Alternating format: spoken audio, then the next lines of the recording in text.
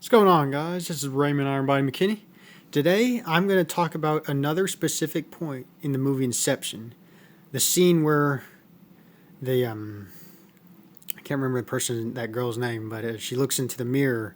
When she puts her hand on it, it's like as if the mirror, she looks in the two mirrors facing each other, creating infinite images. And when she touches it, the mirror shatters, and then everything acts still like a mirror. And basically, what I'm getting from this is here. I'm going to explain another message of one of my posts I share online, sharing perspectives with other people, and just look at life, perceive life in a more simple manner. And here it goes. The infinite mirror principle. I love sharing that because I think this is so important when it comes to manifesting. Change the conception of yourself, and the world around you relatively conforms to your relative image, your inner perception, your inner assumption. Law of assumption. So here it goes. The infinite mirror scene, two mirrors face to face, from the movie Inception, the movie that deeply discusses the deep power of the subconscious mind. The mind that reveals the objective universe relative to the inner perceiver, or absolute awareness, or collective consciousness, us, which is us, within the physical senses. A mirror is not made into form without a perceiver aware of the mirror.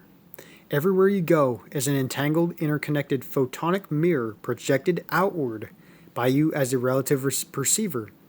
You don't control anything outside of yourself. This is where this law of attraction idea gets misinterpreted and wrong. You're not attracting anything, though it may appear that way. You're only selecting relatively different viewpoints of the universe.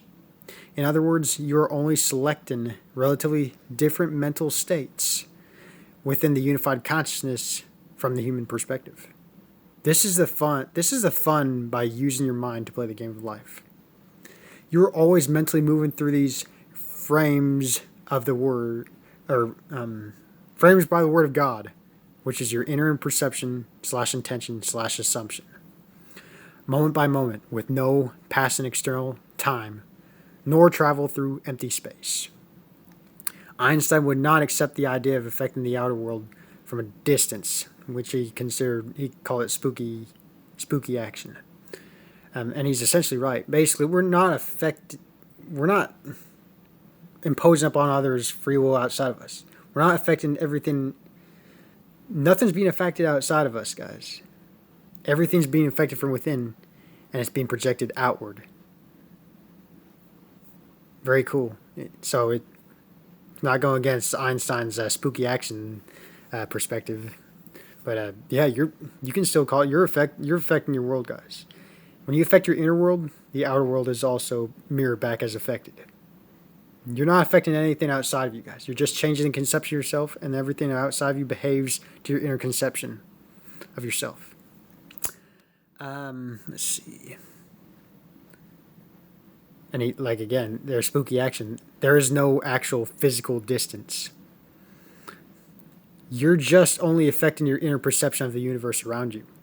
And the outer mirror must conform accordingly, inevitably, and relatively to your inward assumed perception, including weather patterns, seasonal conditions, and star formations, as if very few have noticed these subtle shifts have taken place. You're only perceiving, and the outer universe must respond to your inner perception accordingly. Prayer does work, guys. Prayer does work. Your prayers are answered. They're always answered, but it's how you're applying them. Your prayers are always being answered instantaneously without traveling through external time and empty space. Don't overwhelm yourself if things seem to be not working. Things are always working, guys. Things are always playing out. Play with your inner perception / assumptions mindfully. The mirror only responds to how you honestly claim yourself to be subconsciously. That's prayer, guys. That's effective prayer. How you claim yourself to be. You change your conception of yourself. The mirror around you relatively changes. It's not just surface idle words of prayer that manifest. It's not just saying words, just like saying words like I'm rich, I'm rich, I'm rich, I'm rich, I'm rich, I'm rich, or just like if it's not genuine to you, you're making it hard on yourself. And it's not the idle words of prayer that manifest, but the deep, honest intent behind the words that manifest relative to you. What do you truly want to be in life? What do you truly desire in life? That's what manifests, guys. The words help the intent, help to direct the intention. And that intention goes impresses on the subconscious mind. The bold, convicted intentions instantly impress on the subconscious mind and project outward, reflecting back to you. It's not just... Hold on a second. We are all deeply interconnected within the forever pulsating infinitude of creation. Nothing is created nor destroyed, which is all called the law of conservation of energy, but only transmutes. Energy is only transmuting, guys, moment by moment, including thermal, potential, and kinetic, relative to the perceiver, collective consciousness. Alchemy can be performed effectively. Magic is always being applied consciously or not. The mind is a matrix of all matter, by Max Planck. He also quotes, I regard consciousness, which is our primary absolute operating power, as fundamental. The fundamental power that determines our physical reality, our physical experiences. And he regards physical matter, he regards matter, which is as a physical matter, as the derivative or secondary product of the primary operating power of consciousness. So yeah, guys, that's where I went with this. You're not... Again, when Einstein talks about spooky action, he also had a quote saying, I like to think of the moon is still there even when he's not looking at it. Here's the thing, guys. You give life to what you put your attention on. When you're watching this video, you're giving life to it. It appears you're affecting the outer world, but really when you're affecting your inner world, and that's what projects outward, relatively speaking. It's just a simple principle, guys. Change your inner perception, change your inner assumptions, change the conception of yourself. And the world must behave that way. This is science, guys. This is science. Science cannot exist without a perceiver and awareness. Someone who's aware of science. You must have consciousness or awareness, or must prevail science. Because science is